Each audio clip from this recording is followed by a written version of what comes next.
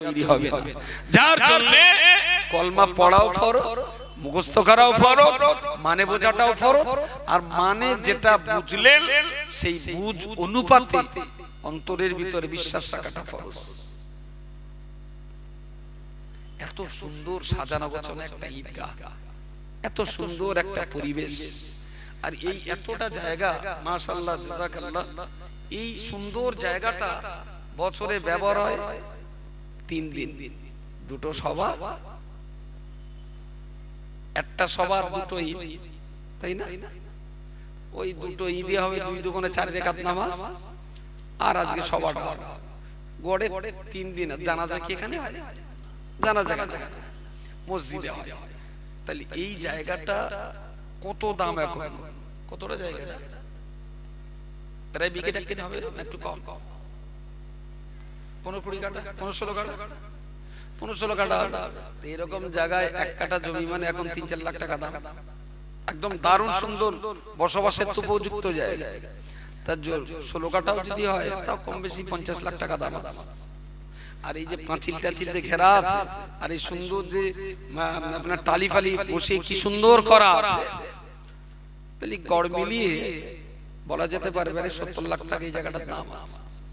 আচ্ছা, এই গ্রামের আশপাশের 50টি গ্রামটা খুঁজে দেখবেন যে কোনো একটা লোক 70 লাখ টাকার সম্পদ কিনে রেখেছে মাত্র 3 দিন ব্যবহার করে।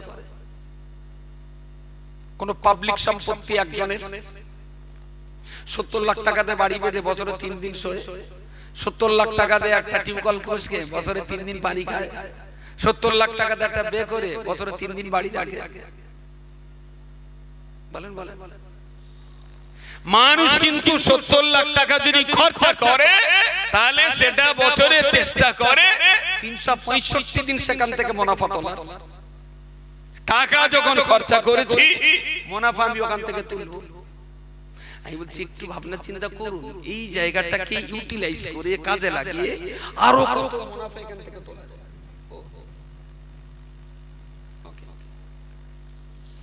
এখান থেকে আরো কত মুনাফা তোলা যায় যদি পাবলিক সম্পত্তি হতো না, সবাই চেষ্টা করত। কিন্তু এটা যেহেতু জনগণের সবার টাকায় তৈরি, এ কাজে লাগছে কি না লাগছে, মুনাফা উঠছে না উঠছে, এই নিয়ে কারো মাথার যন্ত্রণা নেই। তবে এটা জানবেন, ঠিক সবাই হলে আল্লাহর কাছে কিন্তু জবাব দেওয়াই লাগবে যে এত টাকা ফেলে বছরে 3 দিন ব্যবহার করো, পুরো বছরটা কেন ব্যবহার হয়নি জায়গায়? বললেন পুরো ব্যবহার তাহলে কি ঈদের নামাজ বাড়াতে হবে? ঈদের নামাজ বাদ দিও, ঈদের নামাজের চেয়েও অনেক গুরুত্বপূর্ণ কাজ আছে যেগুলো এখানে ঈদও হবে, সভাও হবে, আরো অনেক গুরুত্বপূর্ণ এই জায়গাটাকে কাজে লাগিয়ে অনেক কাজ আদায় করা যেত, যেগুলো মুসলিম কমিউনিটিকে অনেক দূরে এগিয়ে নিয়ে যেতে পারে। কিন্তু খুবই দুর্ভাগ্য, চিন্তার অভাব, চেতনার অভাব, ভাবনার অভাব, আর কমিউনিটি ডেভেলপমেন্টের ব্যাপারে রিসার্চ গবেষণার অভাব। কেডা কাজ বললি বলবেন, কেডা কাজ ঝাড়ে মাছ কাটে বলো, ও হবে। গল্লার বান্দা মনে রাখুন, আপনি যখন ঈমানদার হয়ে গেলেন, 7টা কলমা মুখস্থ করলেন, সুন্দর করে আপনি তার মানে বুঝলেন, অন্তর দিয়ে বিশ্বাস করে নিলেন, ঈমানদার আপনি হয়ে গেলেন, বিশ্বাসী বান্দা হয়ে গেলেন। এবার আল্লাহ পাক আপনার মত ঈমানদার বান্দাকে ডেকে বললেন, উদখুলু ফিস সিলমি কাফা। বান্দা, তুমি যখন আমার বিশ্বাস করে নিয়েছো, ঈমান তুমি যখন গ্রহণ করেছো, তাহলে আমি আল্লাহ এবার তোমাকে বলছি, শুধুমাত্র ঈমানদার হয়ে বাঁচলে হবে না, উদখুলু ফিস সিলমি কাফা। এবার তুমি আমার ইসলামের ভিতরে পরিপূর্ণ রূপে দাখিল হয়ে যাও, ইসলামের ভিতরে তুমি প্রবেশ করবে। আগে ঈমানদার হতে হয়, তারপর ইসলামের ঘরের ভিতরে প্রবেশ করতে হয়। ঈমান হলো অন্তরের ব্যাপার, আর ইসলাম হলো আমার জীবনের কর্মদক্ষতার ব্যাপার। ঈমান হলো অন্তরের বিশ্বাসের ব্যাপার, আর ইসলাম হলো আমি আমার জীবন দিয়ে, আমার দেহ দিয়ে আমি কর্মকাণ্ড করে দেব। ইসলাম আমাকে যেমন কাজ করতে বলেছে, আমি আমার গোটা জীবন দিয়ে ইসলামের সেই কর্মকাণ্ডগুলো তৈরি করে যাব। ইসলামের কর্মকাণ্ড আমি আমার জীবন দিয়ে পালন করে যাব, তবে তুমি আল্লাহর কাছে পাক্কা মুসলমান হতে পারবো।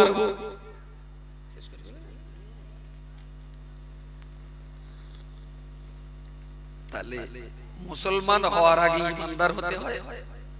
আর ইমানদার হয়ে তারপর ইসলামের ঘরে ঢুকতে হয়। ইমানটা হলো আত্মার বিশ্বাসের ব্যাপার, আর ইসলামটা হলো বহির্জগতের কাজের ব্যাপার। বহির্জগতের কাজের ব্যাপার। চাড়া খাচ্ছি, ইসলাম বলেছে এটা বাঁ হাত দেখেও না, ডান হাত দেখাও। যদি ইসলামে কিছু বলা না থাকতো আমি বাঁ হাত দিয়েও খেতে পারতাম, আমার বাঁ হাতে প্যারালাইসিস হয়েছে। ইসলাম বলেছে ডান হাত দেখাও, তাই আমি ডান হাত দেখাচ্ছি। যেহেতু আমি মুসলিম, আমি ডান হাত দিয়ে খাবো, তার মানে আমি ইসলাম মেনে চলছি। Very good.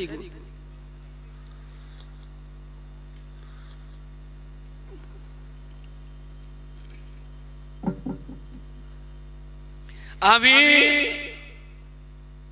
দেশে তো প্রচুর বারমুন্ডা প্যান আছে,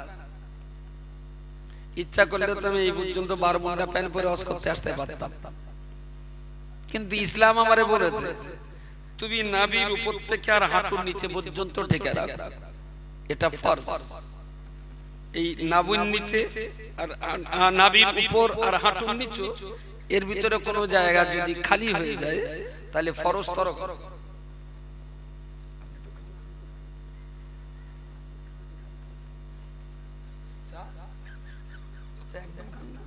জীবনে চা খান না, জান্নাতে যাওয়া মুশকিল।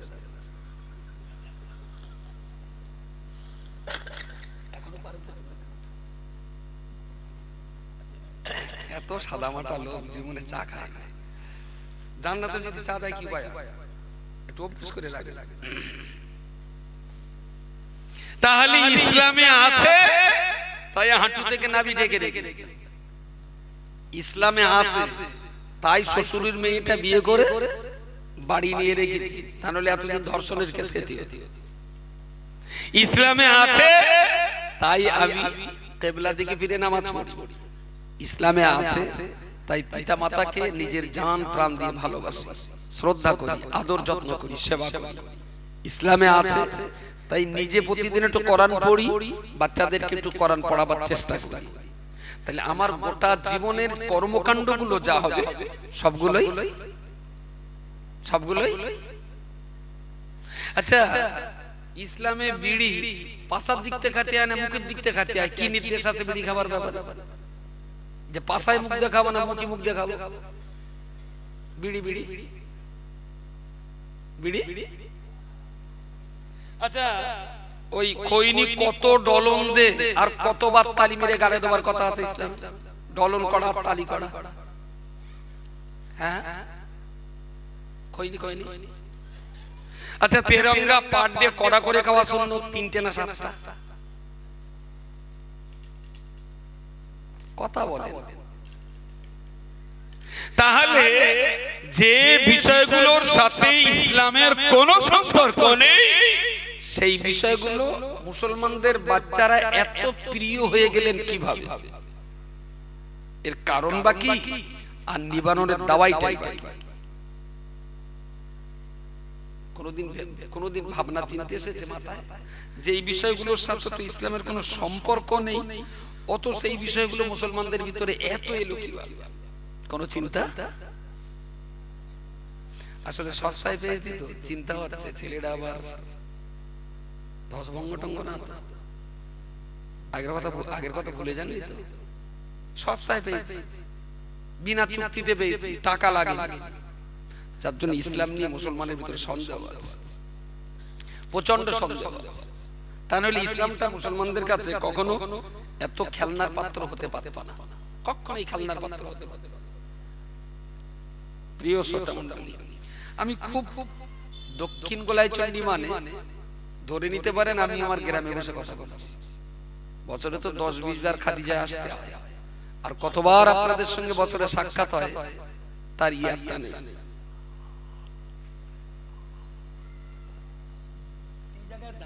যদি নিজেরা একটু আত্মসমীক্ষা করেন, আত্মসমালোচনা করেন, আচ্ছা আমাদের বাচ্চাগুলো যখন জন্ম হচ্ছিল, এরা মারপেট থেকে যখন এসেছিল তখন কি ওদের হাতে খৈনির ডিব্বা ছিল?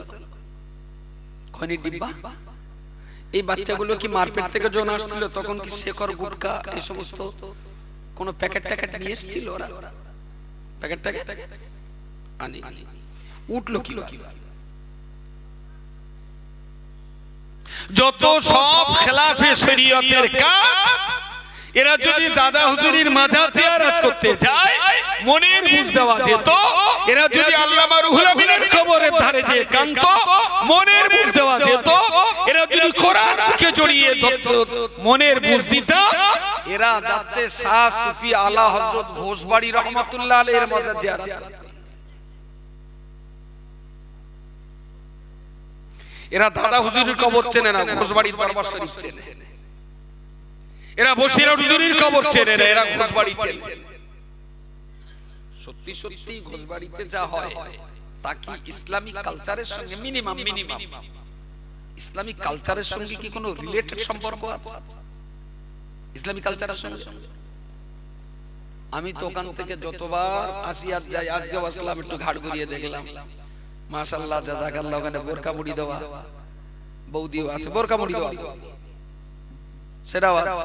আবার মাঝে মাঝে দেখছি আমাদের কিছু টুকচো না টুপি দাড়ি এরকম হুজুর হয়ে পুরীর ভেতরে গিয়ে ফেসবুকে স্ট্যাটাস দিচ্ছে।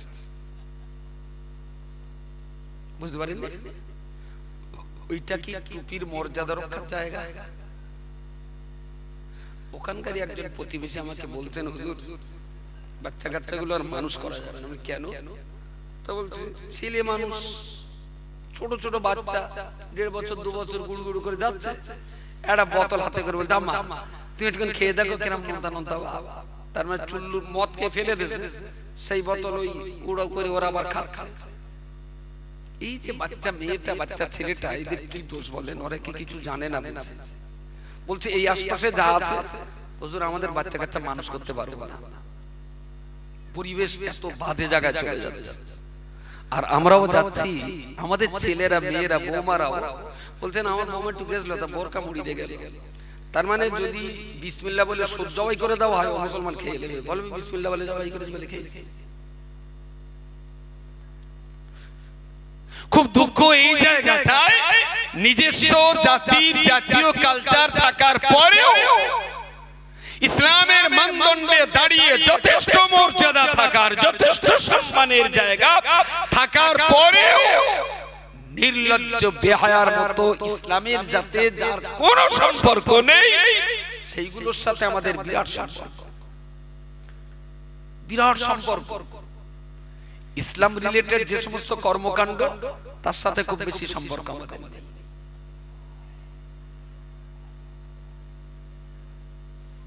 এই জায়গাটায় দাঁড়িয়ে আপনার কি মনে হয় যে এই মানুষগুলো, এই ছেলেগুলো, এই জওয়ান যুবতীগুলো যেভাবে ইসলাম থেকে দূরে সরে যাচ্ছে, তো ওরা যদি হাসরের মাঠে জাহান্নামে যায়, আমরা কি নামাজ পড়ে রোজা করে তাহাজ্জুদ পড়ে আর দান করে আমরা কি জান্নাতে যেতে পারবো বলে মনে হয়? কথা বলে কোনোভাবেই সম্ভব নয়, কোনোভাবেই সম্ভব নয়। সে হয়তো হাবেশ সাহেব, কারণ বেচারা তো চোখ নেই, চোখওয়ালাদের উপরে যত দায়িত্ব হাবেশ সাহেব বরাবর কি তত দায়িত্ব আছে? আছে আছে নেবার এ বেচারার উপর দায়িত্ব নেই, কিন্তু হ্যান্ডিক্যাপ মানুষ, ওনার উপর তো আল্লাহ কোনো দায়িত্ব দেবেন না। যাদের চোখ আছে, বুদ্ধি আছে, বিবেক আছে, দায়িত্ব তাদের উপরে। আল্লাহ তো ওনার চোখ দেন, তাহলে দায়িত্ব কেন দেবেন? আল্লাহ জুলুম করেন না কারো কারো, যার নিয়ামত দিয়েছেন দায়িত্ব তারও। পরিষ্কার আমার আল্লাহ পাক রব্বুল আলামিন কোরআন শরীফের উপর একটা জায়গায় বলেছেন, ইয়া আইয়ুহাল্লাযীনা আমানু, হে পৃথিবীর ঈমানদার মানুষেরা, তোমরা যারা আল্লাহকে বিশ্বাস করেছো, আমি আল্লাহ আমার প্রতি অন্তরে যারা বিশ্বাস রেখে দিয়েছো, আমি আল্লাহ তোমাদিগের জন্য বলছি, ও আনফুসাকুম, তোমরা তোমাদিগকে জাহান্নাম থেকে বাঁচাও, ওয়া আহলিকুম নার, তোমার সন্তানাদি, তোমার ছেলেটা মেয়েটা, তোমার বৃদ্ধ বাবা মা, তোমার ভাইপো ভাই ভাইজি, ভাগনা ভাগ্নি, নাতি নাতনি এবং তোমার প্রতিবেশী, তোমার মহল্লাবাসী যারা রয়েছে তাদেরকেও তুমি জাহান্নাম থেকে বাঁচাও। তাহলে আল্লাহ পাক ঈমানদারদের নিজেদের বাঁচতে বলেছেন এবং তার প্রতিবেশী, আত্মীয় স্বজন, ছেলে মেয়ে, বাপ মা যারা যারা রয়েছে তাদেরকেও জাহান্নাম থেকে বাঁচাবার দায়িত্ব আল্লাহ পাক তো ঈমানদারদের উপরে চাপিয়েছেন। ঈমানদার যদি আমি হই তাহলে আমি নিজে জাহান্নাম থেকে বাঁচবো। আমি যদি ঈমানদার হই আমার বেটাকে জাহান্নাম থেকে বাঁচাবো। আমি যদি ঈমানদার হই আমার বেটিকে জাহান্নাম থেকে বাঁচাবো। আমি যদি ঈমানদার হই আমার স্ত্রী পুত্রকে জাহান্নাম থেকে বাঁচাবার জন্য আল্লাহ আমার ঘাড়ে ডিউটি দিয়েছেন। আমি যদি ঈমানদার হই আমার বাড়ির চারপাশে যারা রয়েছে তাদেরকেও জাহান্নাম থেকে বাঁচাবার জন্য আমাকে লড়াই করতে হবে। দায়িত্বটা কে দিয়েছেন ঈমানদারদের উপরে? আল্লাহ দিয়েছেন। বাহ, সুন্দর উত্তর দিয়েছেন। তাহলে আল্লাহর দেওয়া এই দায়িত্বটা মুসলিম মহল্লার বুদ্ধিজীবী, শিক্ষিত, বিচক্ষণ, জ্ঞানীগুলি মানুষেরা পালন করছেন কি? পালন জানবেন। চোর, ডাকাত, গুন্ডা, বদমাইশ, মাতাল, জোচ্চোর এদের কারণে একটা সমাজ ধ্বংস হয় না। একটা সমাজ ধ্বংস হয় সমাজের শিক্ষিত, বুদ্ধিজীবী, ঠান্ডা মাথার, চালাক চতুর মানুষগুলোর নীরব দর্শকের ভূমিকা পালন করার জন্যই একটা সমাজ তিলে তিলে ধ্বংস হয়। প্রিয় শ্রোতা মণ্ডলী, মনে রাখুন আল্লাহ পাকের হাবিব নবী মুহাম্মদুর রাসূলুল্লাহ সাল্লাল্লাহু আলাইহি ওয়াসাল্লাম কি সুন্দর করে আমাদেরকে বুঝিয়েছেন, আল ইলমু বিলা আমালিন কাসসাহাবি বিলা মাতার। এমন জ্ঞান আমি অর্জন করেছি যে জ্ঞানের দ্বারা জনগণের কোনো উপকার হয় না। সেই জ্ঞানটা হলো আল ইলমু বিলা আমালি। জ্ঞান আছে কিন্তু কাজ নেই। নবী বলেছেন ওই ইলমটা আসমানের ওই মেঘের সমান। আসমানে মেঘ আছে কিন্তু যে বৃষ্টি বর্ষণ হয় না। আসমানে মেঘ আছে কিন্তু বৃষ্টি বর্ষণ হয় না। ওই মেঘটা যেমন জগতের মানুষকে ধোঁকা দেয়, ওই লোকটাও সেই রকম, যার ভিতরে ইলম আছে কিন্তু ইলম অনুযায়ী কাজ নেই, এই লোকটা আসমানের মেঘের সমান। মেঘও ধোঁকাবাজ, শিক্ষিত লোকটাও ধোঁকাবাজ। মেঘ আছে, পানি হয়নি, শিক্ষা আছে, সেই অনুযায়ী কাজ হয়। আল-ইলমু বিলা আমালিন কাসসাহাবি বিলা মাতার। নবী আমার বর্ণনা করে বলেছেন, আশাবু বিলা তাওবাতিন। এমন নওজওয়ান যুবক ছেলেটা, যে যুবক ছেলেটা বাড়ির চৌকাটার বাইরে পা দিলেই তার সামনে পিছনে ডাইনে বামে চতুর্দিকে গুনাহ স্রোত বইবে। সকাল থেকে সন্ধ্যা পর্যন্ত কত রকমের গুনাহ ওই ছেলেটা করবে। পাহাড় পরিমাণ সে গুনাহ করলেও যেই তার মনে পড়বে আমি গুনাহ করেছি, ওই ছেলেটা তওবা পড়বে। চলতে ফিরতে উঠতে বসতে গুনাহ করবে, তওবা পড়বে। নবী আমার বললেন, আশাবু বিলা তাওবাতিন।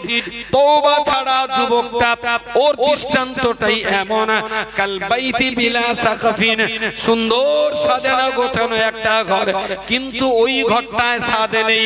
যে ঘরে ছাদ নেই অথচ রংচং ভালো আছে, ওই ঘরে যেমন মানুষ বাস করতে পারে না।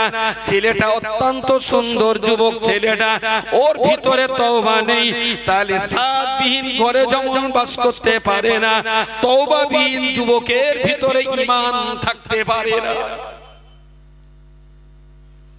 যুবক মানে তার গুনাহ শেষ নেই।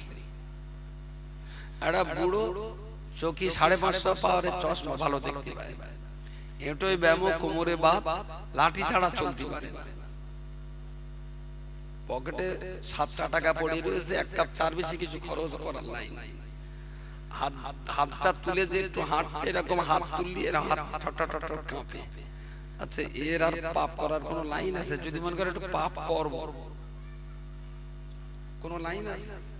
আমি যদি 1000 টাকা দিই, দাদু তুমি কাজ করতে হলে কি আমি নেই 1000 টাকা দিচ্ছি, যাও মেটেতে ঘুরে আসি। বুড়ো রিস্ক নেবে বলে মনে হয়? ওরে টাকা উজ্জে দেও যদি পাপ করতে বলি, করার কোনো পাপ করার যোগ্যতাও নেই। অনেকদিন পরে দেখো তোরা তাস খেলছিস, আমার একটু লে তাস ধরেছে হাত দিয়ে চাদিকে ধরতে এরকম কামতে কামতে দূর করে ইস্কামন্ডা রুইতন গেছে পড়ে সে পাশের লোক তো দেখল, এই ওঠো ওঠো তোমার তাস মারিতে মারা তোমার হাত কেটেছে, ওরা হেরে গেল। ও যদি মনে করে একটু কল বেড়ে খেলবো কেবল দলে দলে, যদি মনে করে বসে আর সরকারের খোকা মোটর সাইকেল করলে চল তোর দাদা তোললে বুড়ো মেরে খুনির দায় হবে, কোথায় তুলে বেরিয়ে যাবি কোন আর খুঁজে মরবো আমি, তোললে যাবো না। বুড়ো পাপ করার ইচ্ছা থাকলেও পাপ করার যোগ্যতা হারিয়ে গেছে। কিন্তু 18 বছরের একটা যুবক ছেলে, বলেন বলেন, পয়সা ছাড়াই কতদিন কতবার যে ফোন খুললি কত লোক লিখতেছে রে, কত লোক লিখতেছে। যুবক বয়সটা অত্যন্ত ভয়ঙ্কর বয়স। নবী বলেছেন এই বয়সটা ভয়ঙ্কর, যেমন এই বয়সটার জন্য তওবা পড়াটা অত্যন্ত গুরুত্বপূর্ণ। সুবহানাল্লাহ সুবহানাল্লাহ। ওর দ্বারাতে যত পাপ হয় হোক, যেই মনে পড়ছে পাপ করেছি, আস্তাগফিরুল্লাহাল্লাযী লা ইলাহা ইল্লা হুয়াল হাইয়ুল কাইয়্যুম, আল্লাহ শয়তানের চক্রে পা টুলে যাচ্ছে, কিন্তু আমি চেষ্টায় আছি তোমার রাস্তা থেকে আমি পা সরাবো না। জোরে সরে বলুন সুবহানাল্লাহ। নবী বলেছেন হার যুবকের জন্য আসাবু বিলা তাওবাতিল, তওবা ছাড়া যুবকটা সাদবিহীন ঘরের সমান। সাদবিহীন ঘরে যেমন মানুষ থাকে না, তওবাবিহীন যুবকের ভিতরে ঈমানটাও ঠিক থাকতে পারে না। নাম্বার 3, নবী আমার হাদিস শরীফের ভিতরে বলেন আল মারআতু বিলা হায়াইন কাত্তামি বিলা মিনহিন। বাবা সাহাবী বলে রাখো আল মারআতু বিলা হায়াইন, লজ্জা শরম বিহীন একটা মহিলা, যে মহিলার আত্মমর্যাদা নেই, যে মহিলার লজ্জা নেই, যে মা যে মেয়েটা শরম করে না, যার লজ্জা শরম হায়া বলতে কিছুই নেই, এমন লজ্জা শরম না থাকা একজন মহিলা গোটা মার্কেট ঘুরতে পারে, সমাজ দৌড়াতে পারে, ওর দেহের কোনো লজ্জা শরমের ব্যাপার নেই, হায়া কায়ার কোনো ব্যাপার নেই। যখন তখন যে কোনো জায়গায় যে কোনো পরিস্থিতিতে যে কোনো পরিস্থিতির মোকাবেলা করতে পারে, নিজের আত্মমর্যাদা কিছুই বোঝে না, শরম বলতে তার কিছুই নাই। নবী আমার বর্ণনা করে বলেছেন আল মারাতু বিলা হায়াইন, লজ্জা শরম হায়া কায়া বিহীন একজন মহিলা কাত্তামি বিলা মিনহিন, ওই মহিলাটা এমন একটা তরকারির সমান, যে তরকারিতে সব কিছু দেওয়া হয়েছে, শুধুমাত্র লবণটাই দেওয়া হয়নি। লবণবিহীন তরকারিটা যে অবস্থা, লজ্জা শরম বিহীন একটা মহিলাটার একই দশা। বাংলাদেশের ইলিশ এখন বোধহয় 1800 টাকা, 1 কেজি ইলিশ 1800 টাকা, খুব হালকা ব্যাপার না। এখন ইলিশ মাছটা কিনে বাড়ি নিয়ে গেল গিন্নি, দেখে তো অবাক, 1800 টাকার ইলিশ মাছ, মাছ কামানোর টাকা আমি, তুই তো খাবি আমার টাকাটা, তোর টেনশন, ভালো করে বাস সুন্দর করে বেচে কুটে ধুয়ে দারুণ রান্না বান্না করতে গিয়ে আমার দোকানে আগে দে, তোর মাছ পরে হবে না, আমি খেয়ে চলে যাবো। উঠে এসে আমার দোকান ভাত দিতে গিয়ে ইলিশ মাছের দোয়া, সর্ষে বাটা দিচ্ছে, আদা দিচ্ছে, পেঁয়াজ দিচ্ছে, রসুন দিচ্ছে, ছোটা এলাচ দিচ্ছে, যা যা লাগে সব দিচ্ছে, নুন পড়ি। আচ্ছা, ও মাছ কি কোনো মজা? ইলিশ মাছের মজা না বিরাট মজা না ইলিশ মাছ? ইলিশ মাছের মজা যতই হোক না কেন, ভিতর থেকে ওই টেস্ট জিভের উপযুক্ত করে তোলে লবণ, তাই না? তেল না পড়লেও যদি শুধু লবণ আর পানিতে সেদ্ধ করেন, তবুও হয়তো 5% টেস্ট পাওয়া যায়। সব 16 আনা দিয়েছে, লবণটা একটু পড়ি, গালে তোলা যাবে, গালে আমার চেক করে দেখা হয়নি, তবে মনে হয় ওই রকম জিনিস কুকুরির দিলেও খাবে বলে মনে হয় না, তবে দেখা হয় ওর কোনো টেস্ট নেই। তাহলে 1 কেজি ইলিশ মাছ 18 টাকা, রান্না বান্না করতে সব আরো 200 টাকা, মিনিমাম 2000 টাকার মাছ অখাদ্য হয়ে গেল শুধুমাত্র 25 পয়সার লবণের জন্য। তাও মনে হয় 25 পয়সার লবণ লাগবে না, 10 পয়সার লবণ। 10 পয়সার লবণের অভাবে পুরো মাছটাই অখাদ্য, টেস্ট হলো না। কিন্তু আজকে দেখতে পাচ্ছি কোনো লজ্জা নেই, কোনো শরম নেই, চূড়ান্ত বেহায়া, এইসব ইলিশ মাছ আবার অন্য কেউ খাচ্ছে। বিরাট খাচ্ছে, আবার গল্প দিচ্ছে, বলতে মজা লেগেছে, তোর জিবি প্যারালিসিস হয়ে গেছে সমুদ্রে। ওই ইলিশ মাছ মজা লাগার কথা না, ওতে লবণ নেই, তোর জিব আর ঠিক কথা বলে না। নির্লজ্জ বেহায়া, গায়ে ওন্ডা জোটে না, মাথায় হিজাব জোটে না, আর সারা গায়ে গুই মাছি বনমান করছে, কেডা কোন দিক থেকে তাকাচ্ছে কিভাবে, ওর তো কোনো লজ্জা শরম। এই সমস্ত মেয়ে যেসব মদ্দালোক বিয়ে করে বলে মজা লেগেছে, আসলে তাদের জিভে প্যারালিসিস হয়ে গেছে। লবণ ছাড়া ইলিশ মাছ যেমন অখাদ্য, পর্দা ছাড়া মহিলাও তেমন সমাজের কাছে অখাদ্য। কিন্তু এরা বলতেছে মজা লেগেছে, কিরা মজা লাগে দেখে জানি, মজা লাগে তো কথা না। নবী আমার হাদিস শরীফের ভিতরে ৪র্থ নম্বর জায়গায় বলেছেন, আল মালিক বিলা আদলিন কাল গানামি বিলা নাইন। কি সুন্দর ভাবে ১৪০০ বছর আগে বিশ্ব নবী আমার আমাদেরকে জ্ঞান দিয়েছেন। ৪ নম্বর জায়গায় নবী আমার বলেছেন, আল মালিক বিলা আদলিন, আল মালিক বিলা আদলিন কাল গানামি বিলা রাইন। দেশের রাজা বাদশা যদি ইনসাফকারী না হয়, রাজা বাদশা যদি ন্যায় বিচার করনেওয়ালা না হয়, দেশ পরিচালক তারা যদি দেশের জনগণের প্রতি ন্যায় বিচার না করেন, তাহলে নবী বলেছেন অবস্থাটাই এমন হবে, কাল গানামি বিলা রাইন। রাখাল বিহীন ছাগলের পালের যে অবস্থা হতে পারে, মাঠে ১০০, ১৫০, ২০০ ছাগলের একটা দল আছে, কিন্তু ওই ছাগলগুলো যে রাখাল চড়াচ্ছিল, ওই রাখালটা মাঠে হার্ট অ্যাটাক স্ট্রোক করে পড়ে গেছে, ছাগলগুলোর আর চড়াবার কেউ নেই।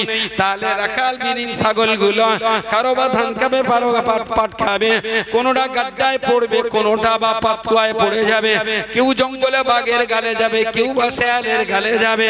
আসলে রাখাল বিন ছাগলের যে দশা ঘটতে পারে, ইনসাফ করনেওয়ালা সমাজের লিডার ছাড়া ওই দেশের ওই সমাজের জনগণের রাখাল বিহীন ছাগলের মতো অবস্থাই ঘটতে পারে। আমরা দেখছি মুসলিম সমাজে আলহামদুলিল্লাহ আগের চেয়ে জামা কাপড়ের স্টাইল বেড়েছে, আগের তুলনায় জুতোর স্টাইল বেড়েছে, আগের তুলনায় ঘরবাড়ির স্টাইল বেড়েছে, আগের তুলনায় গাড়ির স্টাইল বেড়েছে, আগের তুলনায় কথাবার্তার স্টাইল বেড়েছে, আগের তুলনায় কষ্ট কমেছে। কিন্তু একটা জায়গায় দেখছি যে ৪০ বছর আগে যে লোক গামছা গায়ে দিয়ে ঈদের নামাজ পড়তেন, তিনি এখন সুন্দর আরবি কাপড়ের জামা গায়ে দিয়ে পড়ছেন। ৪০ বছর আগে যিনি এখান থেকে হেঁটে হেঁটে বসিরহাটে যেতেন, তিনি এখন স্করপিও চেপে বসিরহাটে যাচ্ছেন। ৪০ বছর আগে যিনি খালি পায়ে সাতপুর বাজারে ঘুরতেন, এখন তিনি ২২০০ টাকা লেদার কমপ্লেক্সের বুট জুতো পরে ঘুরছেন। ৪০ বছর আগে যিনি ভ্যানে বিয়ে করতে গিয়েছিলেন, তার ছেলে এখন স্করপিওতে বিয়ে করতে যাচ্ছে। মুসলিম কমিউনিটির টাকার উন্নতি হয়েছে, গাড়ির বাড়ির উন্নতি হয়েছে, জুতো জামার উন্নতি হয়েছে, সবার খাট আর বাড়ি ছাদের ডেভেলপ হয়েছে। ৪০ বছর আগেও কোরআন জানতো না, আজও কোরআন জানে না। কোন উন্নতি, কোন ডেভেলপমেন্ট।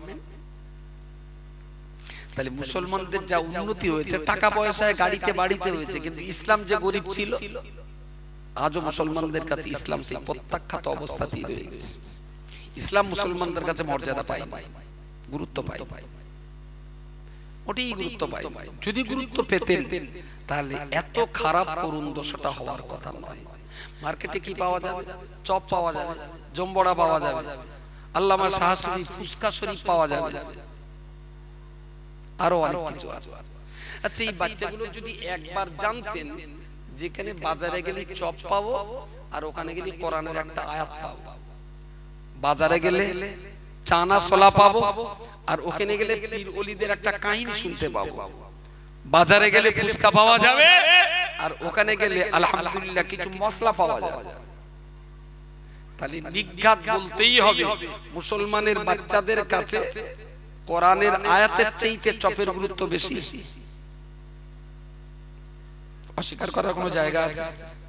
যারা বাজার ঘুরছে ওদেরকে বোঝানো হয়নি যে তোমার চপের চাইতে কোরআনের আয়াতটা গুরুত্ব বেশি। ওদেরকে বলা হয়নি যে তোমার ফুচকার চাইতে ওলি আল্লাহদের একটা জীবন ইতিহাস তোমার কাছে অনেক ভালো। গার্জেনরা বাচ্চাদেরকে এই জিনিসগুলো বোঝায় সেই জন্য তারা কোরআনের মজলিস বাদ দিয়ে চপার ফুসকার পিছনে দৌড়ে।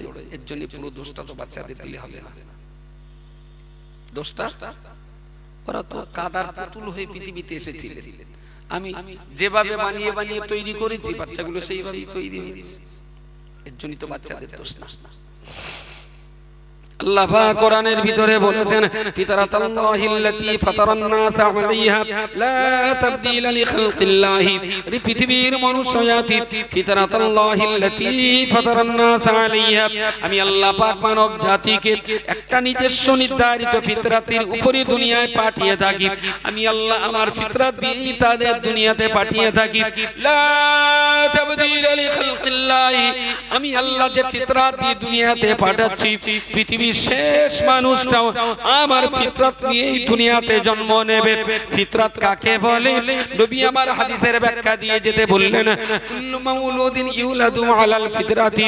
রাসূলুল্লাহ ওই আয়াতের ব্যাখ্যা করতে যে বলেছেন কুল্লু মাউলুদিন ইউলাদু আলাল ফিতরাতি, পৃথিবীর যত সন্তান দুনিয়াতে জন্ম নেয় প্রত্যেকটা সন্তান আল্লাহর একত্ববাদের উপরে বিশ্বাস নিয়েই দুনিয়াতে জন্ম নেয়। জোরে বলুন সুবহানাল্লাহ। সবাই মিলে বলেন সুবহানাল্লাহ। যত বাচ্চা জন্ম নেয় রাসূল বলেছেন প্রত্যেকটা বাচ্চা ইসলামের উপরে জন্মায়, ইসলামের বাইরে কেউ জন্মায় না। বাচ্চা যখন মায়ের পেটে থাকে, বাচ্চা যখন গর্ভে থাকে, ঠিক বাচ্চার গর্ভে থাকার আকারটা একেবারে এইভাবে, মাথাটা হাঁটুটা এটা নিচের দিকে থাকে আর মাথাটা এইভাবেই থাকে। যখন পেটে মায়ের পেটে বাচ্চা থাকে ওই অবস্থাটা বিভিন্ন রকম ভাবে ছবি করে দেখা গেছে। আমরা যেমন সেজদায় মাথা দেই ঠিক বাচ্চাটা মায়ের পেটে সেজদারত অবস্থাতেই থাকে। বলুন সুবহানাল্লাহ সুবহানাল্লাহ। এই সেজদা পৃথিবীতে আর কারণ না থাকলেও তো ইসলামের আছে, মুসলমানদের আছে। কুল্লু মাউলুদিন ইউলাদু আলাল ফিতরাত। রাসূল বলেছেন প্রত্যেকটা মা যে সন্তান প্রসব করে ও সন্তানটা ইসলামের উপরেই প্রসব হয়, ইসলামকে নিয়েই সে দুনিয়াতে জন্মায়। বিগড়ে গেল কোথা থেকে? রাসূলুল্লাহ ঠিক তার পরের অংশে বলেছেন ফাবাওয়াহু ইউহাবিদানিহি। ইসলামের উপরে বাচ্চাটা জন্ম নিয়েছিল ঠিকই, কিন্তু ফাবাওয়াহু তার বাপ এবং মা ফাবাওয়াহু ইউহাবিদানিহি, তার বাপ মা তাকে ইহুদি বানায়, ওই নসরানি তার পিতামাতা তাকে খ্রিস্টান বানায়, ওই মাজিসানি তার বাপ এবং মা তাকে মজুসি বানায়। আসলে জন্ম নিয়েছে ইসলামের উপরে, কিন্তু বাপ মা তাকে ইহুদি নাসারার মজুসি বানায়। ও আল্লাহর বান্দা মনে রাখো না, আমার ঘরের সন্তানটা জন্ম নেওয়ার পরেতে আমি যদি তাকে ইসলামের কালচারে মানুষ করতে পারতাম তাহলে নিশ্চিত ওই বাচ্চা ছেলেটা ধর্ম সভা ফেলে আস চপের দোকানে লাইন দিত না। ও চপ বুঝেছে, ও আয়াত বুঝেছে। এই কোচে লাল লাল লাল হাত জ্যাকেট এদিকে কি নাম আপনার? ইউনুস রহিম উপরে সব একটু তোমার একটা কাজ দাও, মাদ্রাসায় পড়ো তো জুব্বা জামা যাক যাক। তো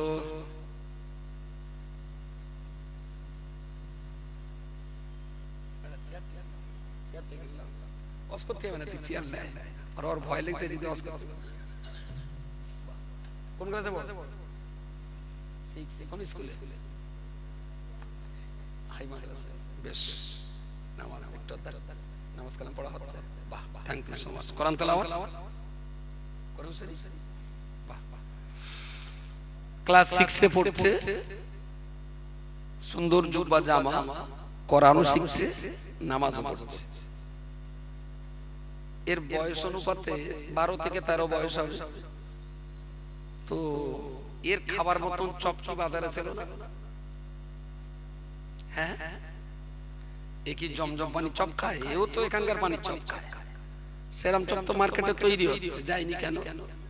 ও একটা কোচি আছে, ও বা যায়নি কেন? বলেন বলেন। ও একটা কোচি আছে একটা কোলে, ওরাও তো যেতে পারত।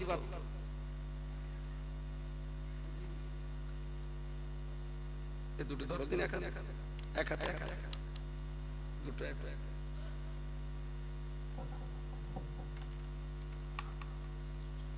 এই দুটো আর এক, দুই হাত আলাদা, একসঙ্গে জড়ো করলে হবে।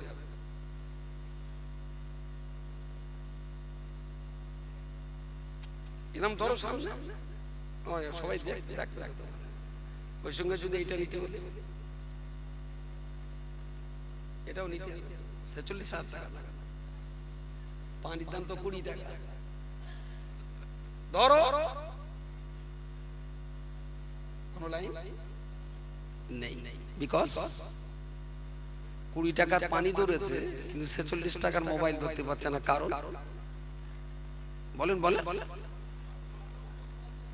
ওর দুটো হাত বন্ধ, ওরা নেওয়ার কোনো ইচ্ছা থাকলে না, ওদের ফেলতে দেবো না। প্রিয় শ্রোতা মণ্ডলী, আল্লাহ পাক রব্বুল আলামিন আপনার কোলে যখন সন্তান দান করেছিলেন, ছেলে কিংবা মেয়ে, আল্লাহ যেটাই আপনার বংশে দিয়েছেন, আপনার স্ত্রী কোলে পিঠে তাকে লালন পালন করেছেন, আর্থিক সমস্ত সহযোগিতা আপনি চালিয়ে গেছেন। আপনার বাচ্চাটার বয়স যখন 1 বছর পার করে 1.5 বছর অতিক্রম করতে চলল, ওই রকম সময় আপনি যদি আপনার সন্তানের হাতে আল্লাহর কোরআন যদি ধরিয়ে দিতেন, আপনার সন্তানের হাতে যদি রাসূলুল্লাহর হাদিস ধরিয়ে দিতেন, আপনার সন্তানের হাতে যদি দাদা হুজুরের জীবনী ধরিয়ে দিতে পারতেন, আপনার সন্তানের হাতে যদি আল্লামা রুহুল আমিনের নামাজ শিক্ষা ধরিয়ে দিতে পারতেন, ওর হাত দুটো জোড়া হয়ে যেত। ইবলিস শয়তান যতবার করে তেরঙ্গা দিতে যাক না কেন, ও বলবে আমার হাতে হাদিস রয়েছে, আমার হাতে কোরআন রয়েছে, আমার হাতে দাদা পীরের জীবনী আছে, আমার হাতে রুহুল আমিন সাহেবের নামাজ শিক্ষা আছে। হাত দুটো যখন ইসলামের কিতাবে বন্দী হয়ে যেত, ইবলিস শয়তান তেরঙ্গা শেখার গুটকা চুটকি আর গাঁজার কলকে ধরাতে পারত না। বাপ মা তার হাতে কোরআন দিতে পারিনি, পিতা মাতা তার হাতে হাদিস দিতে পারিনি, বাপ মা তার হাতে দাদা পীরের জীবনী আর রুহুল আমিনের নামাজ শিক্ষা দিতে পারিনি। বাচ্চার হাত দুটো খালি ছিল বলে ইবলিস শয়তান গাঁজার কলকে আর তেরঙ্গা ধরিয়ে দিয়েছে। দোষটা কার? কচিরা তোর অনেক কষ্ট দিয়েছিস, ক্ষমা করে দিস। বাচ্চাদের হাতে শেকড় তেরঙ্গা গাজার কলকে মদের বোতল মুসলমানের বাচ্চার হাতে যদি উঠে থাকে, দোষটা কার? বাপ মার দোষ। বাপেরা অনেক সময় এসে বলে হুজুর আমার সে ছোট ছেলেটা বন্ধু জম্বাবে না হয়ে গেল, হুজুর কোনো মতে লাইন করতে পারতিস না, একটু তাবিজ করে দাও। তাহলে বয়স কত?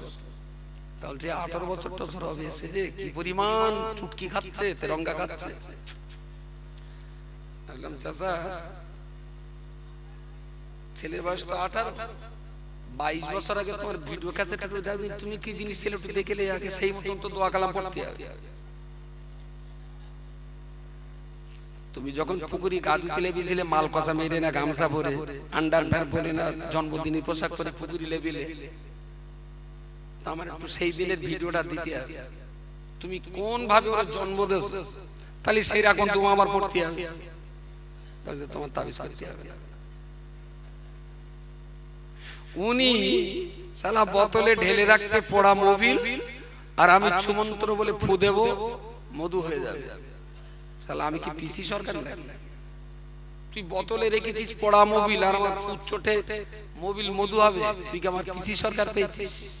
যা বোতলে রেখেছিস কাজ করলি তাই পড়ে। তুই রেখেছিস মোবিল, তুই মা আমার কাছে এসেছিস কি মারা? জ্বলন কিন্তু আপনাকে জ্বলতেই হবে, সময় থাকতে যদি ভাবনা চিন্তা না করে।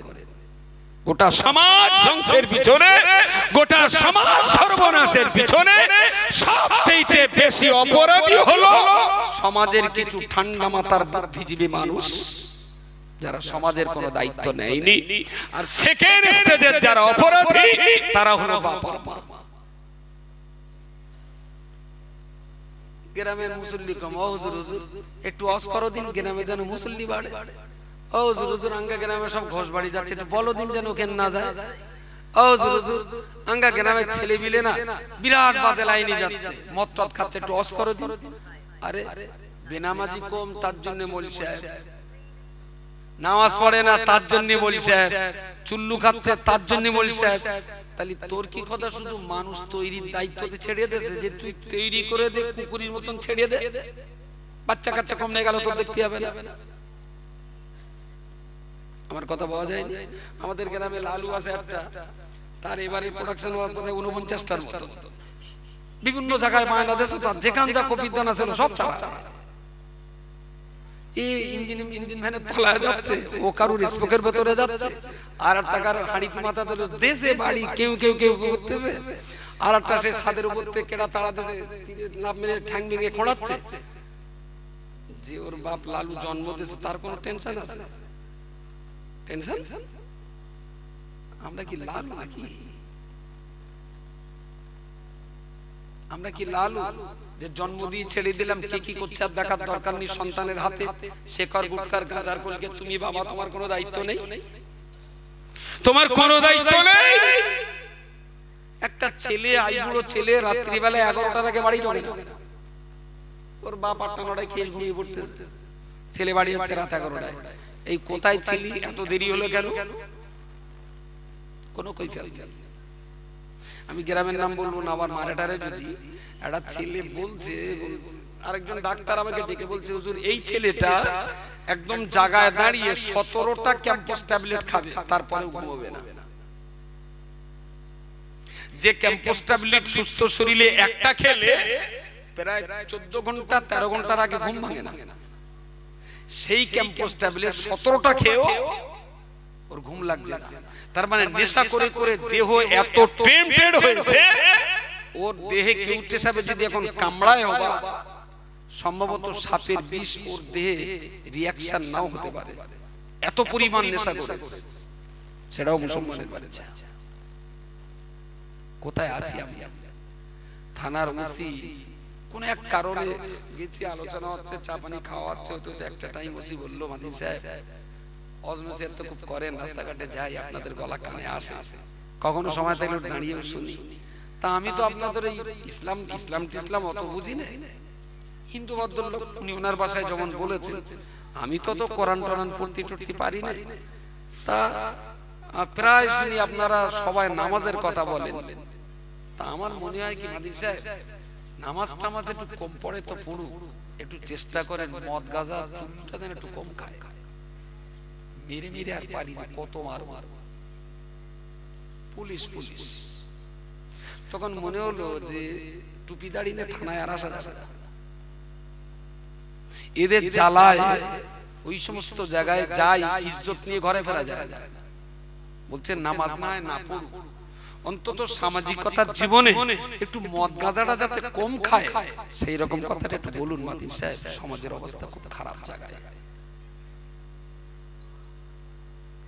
আচ্ছা, এই পুলিশটার রিপোর্ট কি বড্ড খারাপ বলবেন আপনি? ঈদের আগের দিন ডেকে পুলিশ বলছেন, বাপ মা মিত্র বলছেন মাদিন সাহেব একটু মুসলমানদের বলেন কালকে ঈদ, ওরা যেন বাচ্চাদের হাতে বাইকটা না দেয়, আর যাদের লাইসেন্স নেই তারা যত না চালায়, আর যারা চালাবে তারা যেন একটু মাথায় টুপি দিয়ে যায়, হেলমেটটা পরে যায়।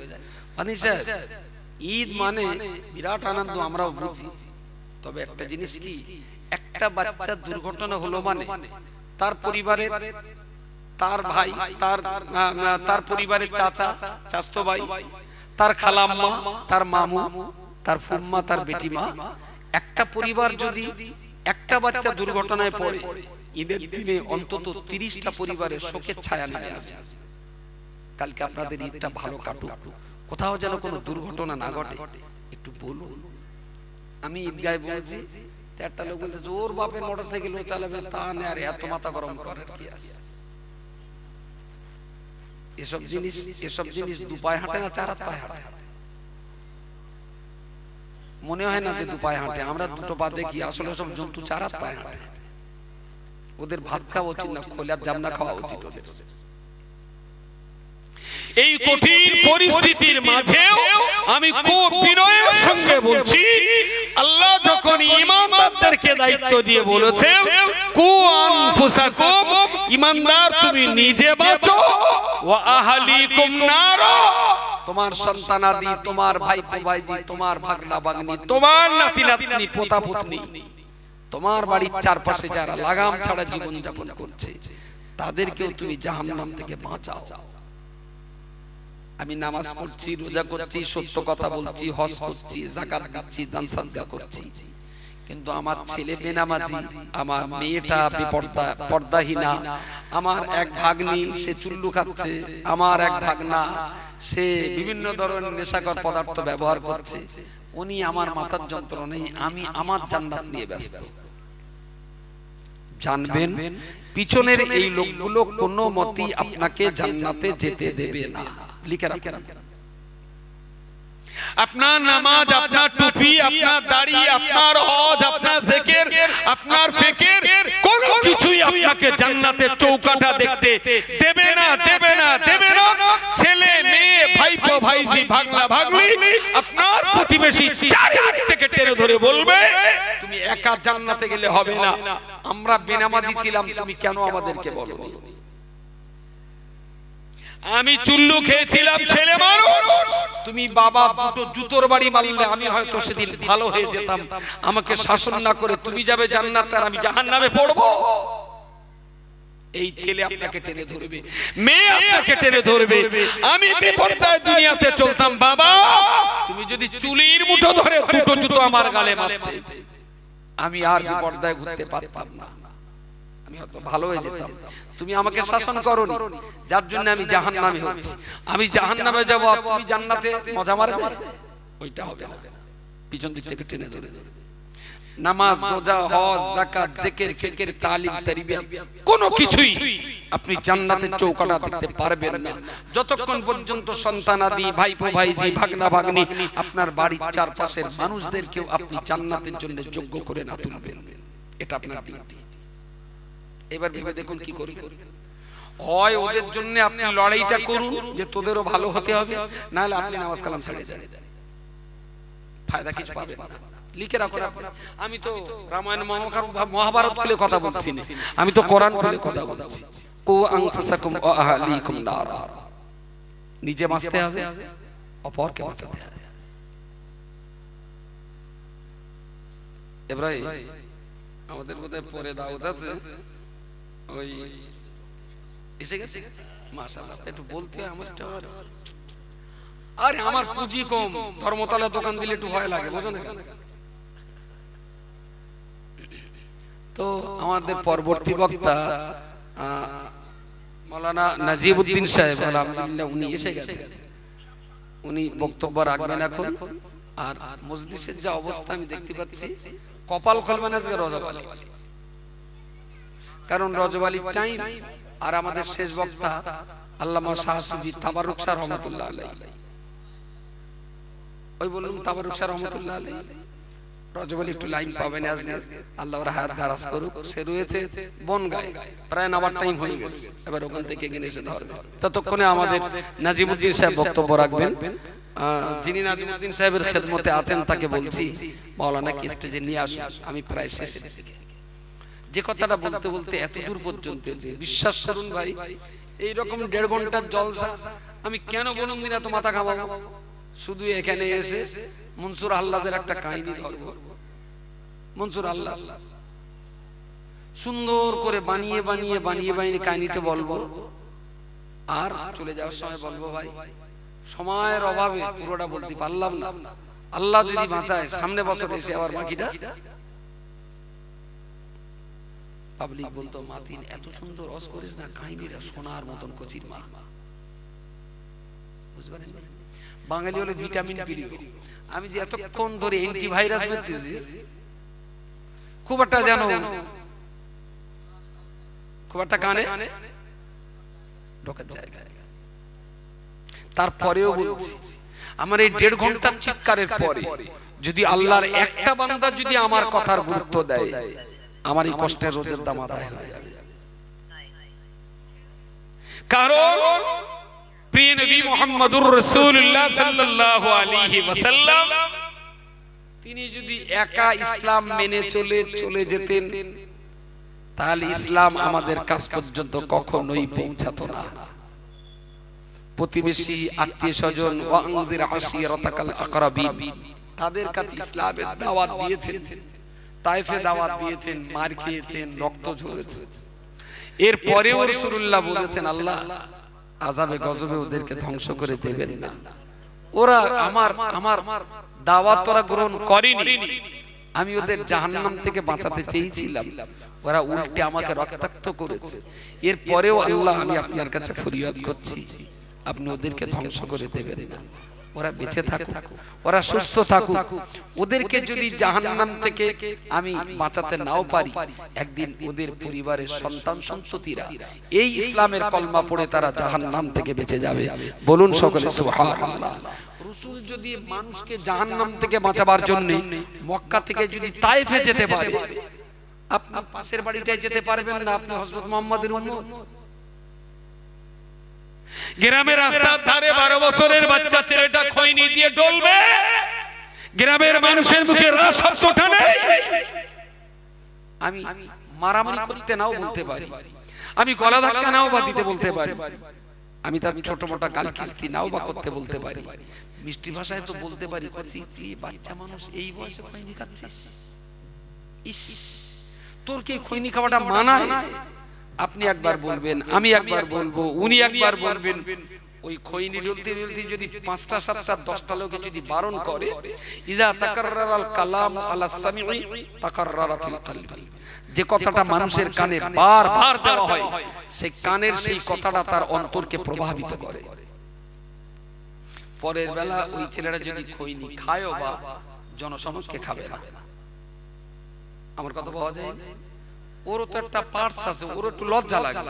দূর ইমাম সাহেব বলতে খাওয়া যাবে না, হুজুর বলতে খাওয়া যাবে না, ও মাস্টার গেল সেও বলতে খাওয়া যাবে না, চাচা গেল সেও বলতেছে, চাচি পর্যন্ত তাই বলতে যাবে।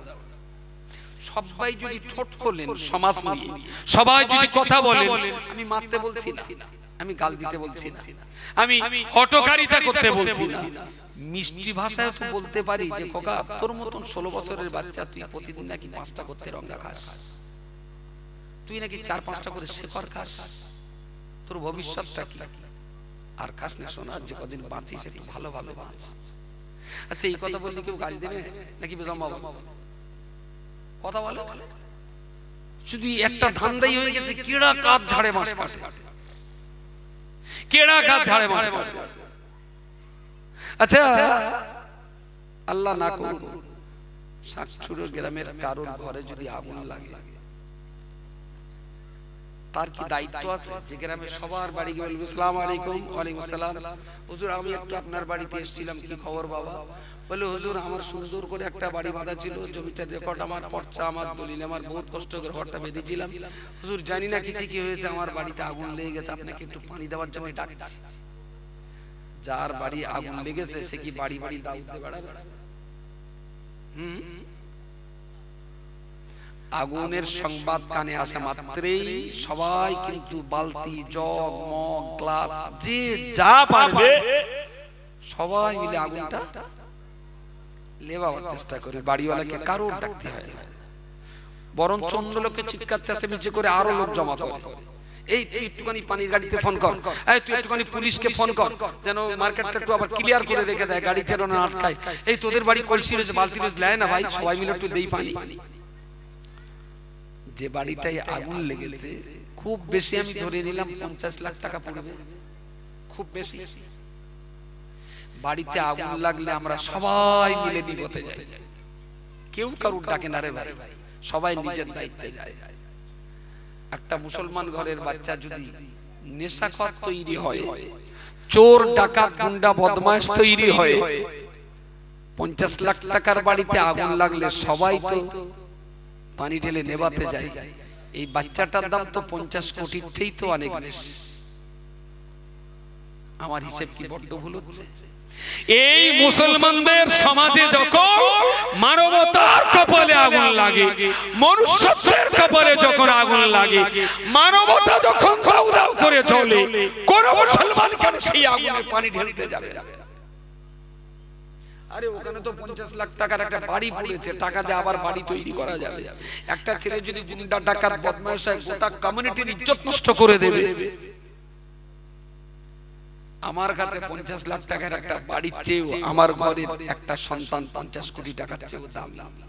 মানবতার কপালে আগুন জ্বলছে, মানবতার প্রচলিত আদর্শ দাও দাও করে চলছে, সমাজ নীরব নিস্তব্ধ, কেউ সেখানে পানি দিতে যাচ্ছে না, কেউ যাচ্ছে না। আমি বললাম কোচি তুই তাবারক ওই যেভাবে তুই গাঁজা খাচ্ছিস তোর দেখে বোঝা যাচ্ছে তুই গাঁজা খা, তা তোর ভবিষ্যৎ ভালো ভালো না। বললো হুজুর আমি যদি বলিনি তার বলবেন আমার বাপের টাকার আমি খাচ্ছি তোমার তা দেখি হতেই পারে। আরে নবী তায়েফের মানুষদের বাঁচাতে গেলেন, তায়েফের লোক পাথর মেরে মেরে রক্তাক্ত করলেন, নবী তো সেটাও সহ্য করেছেন। আপনাকে যদি দুটো চড়া কথা বলে তাও তো মনের বুঝ দেবেন যে আল্লাহ রাসূল মানুষকে জাহান্নাম থেকে বাঁচাবার জন্য লড়াই করেছিলেন, ওরা পাথর মেরেছিল, আমি পাথর না খেলে দুটো কথা আমি খাচ্ছি। এটা তো রাসূলুল্লাহর তরিকা, আপনি চেষ্টাটা চালিয়ে যাবেন না। আমার খুব দাবি এইরকম একটা মক্তবকে কাজে লাগিয়ে যদি সকাল সন্ধ্যা থেকে সকাল 6টা থেকে আর রাত 10টা পর্যন্ত স্টেপ বাই স্টেপ, সকাল 6টা থেকে সকাল 8টা পর্যন্ত 2 ঘন্টা 3 থেকে 6 বছরের বাচ্চা তাদেরকে দিন শিক্ষা দিতে হবে। 8টা বাজবে গোসল করবে, খাবে, আইসিডিএসে চলে যাবে, ওটাও জরুরি। সকাল 8টা থেকে 10টা এই 2 ঘন্টা প্রাইমারি লেভেলের বাচ্চারা ইসলাম শিক্ষা করবে। 10টা বাজবে আমরা ছুটি দেব, বাচ্চাটা খেয়ে দিয়ে আবার প্রাইমারি স্কুলে চলে যাবে। দিনের জন্য এটাও দরকার, আবার দিনের জন্য প্রাইমারি স্কুলের শিক্ষা ওটাও দরকার, সবাই যেন স্কুলে যায়। দুপুর 2টো থেকে 4টে এই 2 ঘন্টা গ্রামের মা মা মা যতদিন পর্যন্ত মুসলিম ঘরের মাদেরকে আপনি ইসলামিক কালচার মায়ের ব্রেনে ঢোকাতে না পারবেন ততদিন পর্যন্ত বাচ্চা নিরাপদ নয়। যার জন্য মায়ের ক্লাস করানোটা খুব জরুরি।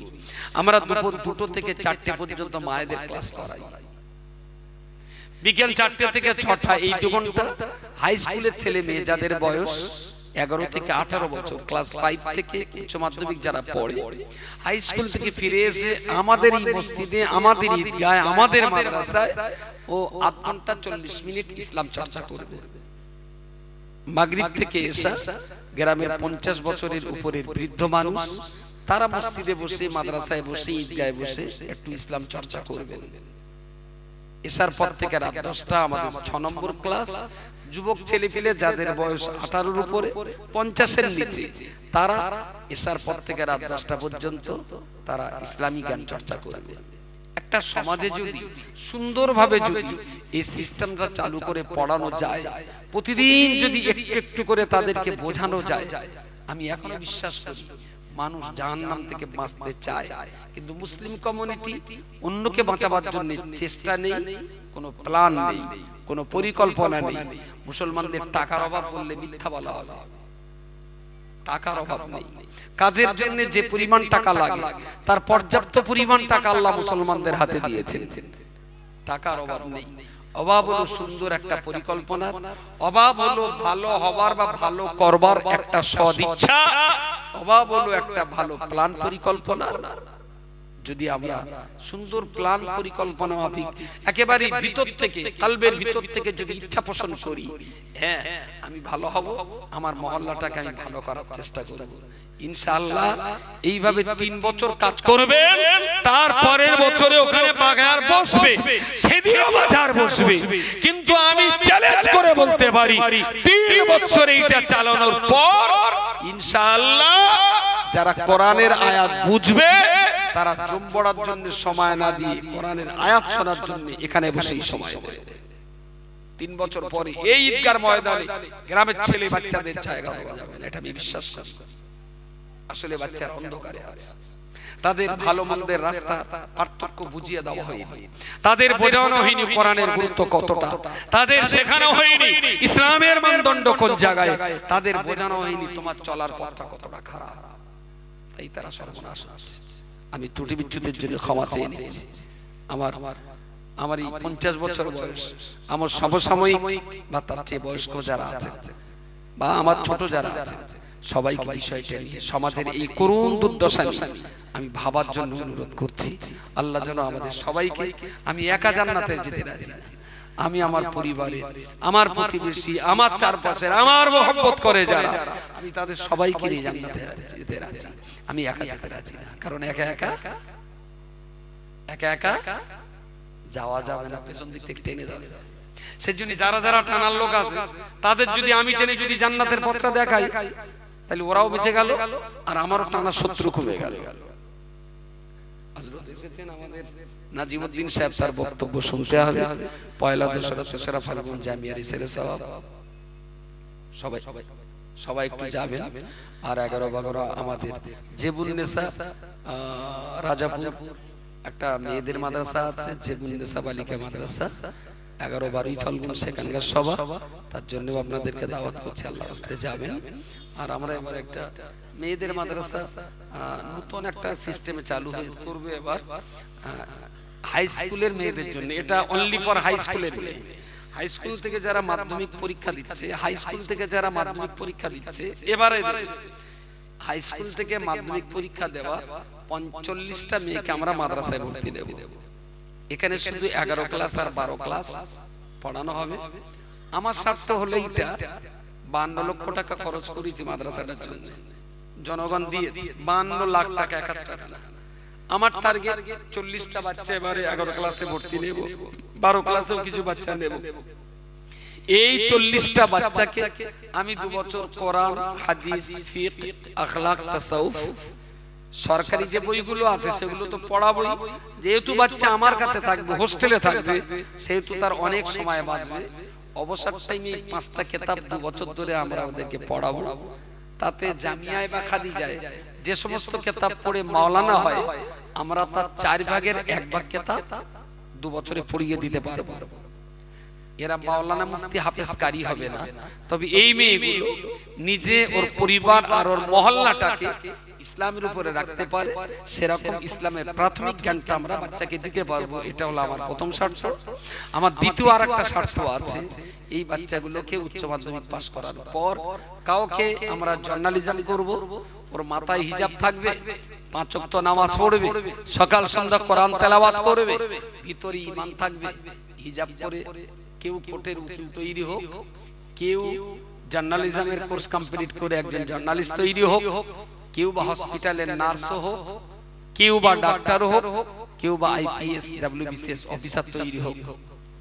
বোরকা মুড়ি দিয়ে তো আমরা অনেক ভিক্ষুককে দেখি জীবনে লড়াই করে একটা ডিএম এর মাথায় বোরকা মুড়ি দেওয়া যায় কি? বোরকা মুড়ি দেওয়া অনেক মাকে আমরা ভিক্ষা করতে দেখি লড়াই করে একটা বিডিও অফিসের চেয়ারে একজন পর্দায় থাকা বোরকা মুড়ি দেওয়া একটা মেয়েকে আমরা বিডিও চেয়ারে বসাতে পারি কি? যে মেয়েটা বিডিও অফিস সামলাবে আর সময় হয়ে গেলে ছুটে যে জোহরের নামাজটাও পড়ে আসবে। আমার কথা কি বোঝাতে পেরেছি? বলি আমার কথা কি বোঝাতে পেরেছি? লড়াই আমার এই জায়গায়। বয়স এখন 50, যদি 70 বছর বাঁচি, আল্লাহ যদি আমার বাঁচায়, আমি হিজাব পরা মহিলাকে ভিডিও এসডিও চেয়ারে বসে তরবারে মরতে চাই। এটা আমার জীবনের বড় লড়াই। হসপিটালে, নার্সিং হোমে মুসলমানের বাচ্চাদের কানে আর জন্মের সময় কানে আর আজান হয় না, তাই না? আজান হবে কি? তাহাজ্জুদের নামাজ পড়ে কেঁদে কেঁদে এই সমস্যার সমাধান হবে না। আসলে হসপিটাল আর নার্সিং হোমে যতক্ষণ আপনি আজান দেওয়ার লোক পাঠাতে না পারবেন, ততক্ষণ বাচ্চার কানে আজান পড়বে না।